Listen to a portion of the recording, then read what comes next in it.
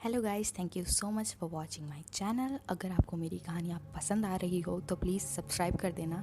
और आइए बढ़ते हैं आज की कहानी की ओर। आज की कहानी का नाम है आधी रात। तो देखते हैं क्या होता है इस आधी रात को। चलिए। सुरेश और मनोज बड़े पक्के दोस्त थे और वो फिल्म देखने के भी बड़े शौकीन थे। आज भी वो दोनों आधी रात का शो देखकर लौट रहे थे। छोटा सा शहर था, आधी रात का वक्त था, सवारी भी कोई ना मिली, तो उन दोनों ने बातें करते करते पैदल आने का ही सोचा। सुरेश बोला, यार एक काम करते हैं, ये सड़क वाला रास्ता तो बहुत लंबा पड़ेगा, एक कब्रिस्तान के रास्ते से चलते हैं, जल्दी पहुंच जाएंगे। मनोज बोला, अबे तू पागल है क्या, आधी रात को कब्रिस्तान में कौन जाता है। सुरेश बोला, चल यार, जल्दी पहुंच जाएंगे और क्या, वैसे भी वहाँ तो सिर्फ खबरें ही है, उनसे क्या डरना। सुरेश के जोर देने पर मनोज राजी हो गया और ये बात सच भी थी कि कब्रिस्तान को पार करने से आधी दूरी कम हो जाएगी। दिन में कई लोग उससे गुजरा करते थे शॉर्टकट के लिए। अब सुरेश और मनोज कब्रिस्तान में घुस गए। वाकई उस वक्त का माहौल बहुत डरावना था। उल्लू बोल रहे थे, कब्रें शांत पड़ी थी, पेड़ भी भयानक लग रहे थे। सुरेश बोला, यार मनोज, तुझे याद है वो हत्यारा डेविड, उसकी कब्र भी इसी कब्रिस्तान में है। मनोज ने पूछा, नहीं मालूम मुझे, कौन है ये डेविड, बताओ। सुरेश बोला, यार तुझे डेविड के बारे में नहीं पता, किस दुनिया में जी रहा है तू। डेविड बहुत ही क्रूर कातिल था। उसने एक ही परिवार के 5 लोगों की कुल्हाड़ी से सर काटकर हत्या कर दी थी। इतना ताकतवर था कि पुलिस के भी काबू नहीं आ रहा था। रिवॉल्वर की पूरी 6 गोलियां खाकर ही मरा था वो राक्षस। और तो और सुना है कि उसने काली शक्तियों की भी जानकारी थी, मरकर भी वो नहीं मरा और आज भी वो कब्रिस्तान में घूमता है। ये सुनकर मनोज के रोंगटे खड़े हो गए और बोला, एक तो तू मुझे आधी रात को कब्रिस्तान में लेकर आया और अब ये डरावनी कहानी सुना रहा है, और तो ऐसा कैसे हो सकता है कि मुर्दा आधी रात को कब्रिस्तान में घूमे। सुरेश बोला, अब यार मैं क्या कहूँ, ये तो कहानी है, हकीकत है क्या पता। तभी तो यहाँ का चौकीदार भी रात में कब्रिस्तान के अंदर नहीं आता और दरवाजे के पास अपनी कोठरी में सोया रहता है। वो दोनों बातें कर ही रहे थे कि तभी कुछ चरमराने की आवाज़ सुनाई देती है, सूखी टहनियों पर जैसे किसी ने पैर रखा हो।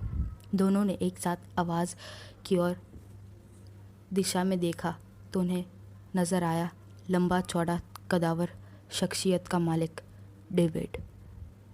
सुरेश और मनोज के रोंगटे खड़े हो गए जब उन्होंने अपने सामने डेविड दिखा। लंबा चौड़ा कदावर डेविड उन्हें ही घूर रहा था। उसकी लाल लाल आंखें भेड़िए की तरह चमक रही थी। वो लड़खड़ाता हुआ धीमी चाल से उनकी तरफ बढ़ने लगा। उसकी चाल में उसकी नज़र भी काफ़ी थी ये बताने को कि उसके इरादे क्या है। सुरेश और मनोज भागना चाह रहे थे, लेकिन उनके पैर हिल ही नहीं रहे थे। उनके पैर तो मानो जम से गए थे। दोनों बस खड़े खड़े काँप रहे थे और डेविड उनके बिल्कुल सामने आ गया। डेविड बोला कि मैं मर कर भी नहीं मरा, मेरी रूह अभी तक मेरे जिस्म में मौजूद है, लेकिन अभी मेरे भीतर इतनी ताकत नहीं है कि मैं इस कब्रिस्तान के बाहर जा सकूं, और अब मुझे वो ताकत तुम्हारे खून से मिलेगी। डेविड ने सुरेश और मनोज की गर्दन को दबोच ली। उसकी पकड़ लोहे की शिकंजे के समान मजबूत थी, जिसे छूटना नामुमकिन था। फिर उसने मनोज को उठाकर पटक दिया और सुरेश को खींचकर अपने दांत उसकी गर्दन में धंसा दिए। उसकी गर्दन चीरकर वो उसका खून पीने लगा।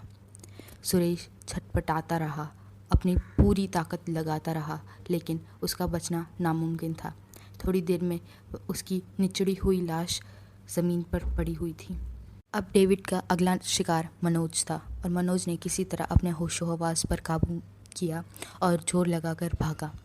अब वो कब्रिस्तान की दीवार तक पहुंच गया था।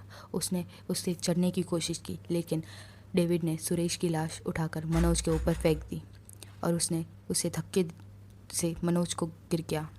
मनोज सुरेश की लाश के नीचे दब गया। अब डेविड लड़खड़ाते हुए मनोज की तरफ बढ़ रहा था। मनोज ने सुरेश की लाश को फेंकना चाहा और भी सुरेश ने अपनी सफ़ेद आंख खोली और मुस्कुराते हुए कहा, मनोज मेरे दोस्त, क्या तू मुझे अकेला ही छोड़कर भाग जाएगा? तू तो रुक मेरे साथ। ये देखकर मनोज की हालत ख़राब हो गई और वो लाश को अपने ऊपर से धक्का दे रहा था और लाश कह लगा रही थी। तब तक डेविड वहाँ पहुँच गया और उसने मनोज की गर्दन पकड़ ली और ऊपर उठाया और अपने खूनी जबड़े उसकी गर्दन में गड़ा दिए। मनोज चिपा होते ही बकरी की तरह छटपटाने लगा। थोड़ी देर में ही वो एक लाश में बदल गया। शॉर्टकट के चक्कर में मनोज और सुरेश को अपनी जान गंवानी पड़ी। ठीक, तो यही हुआ उस आधी रात को। उम्मीद है आपको ये कहानी पसंद आई होगी, और अगर आपको पसंद आई तो लाइक कीजिएगा। Thank you very much.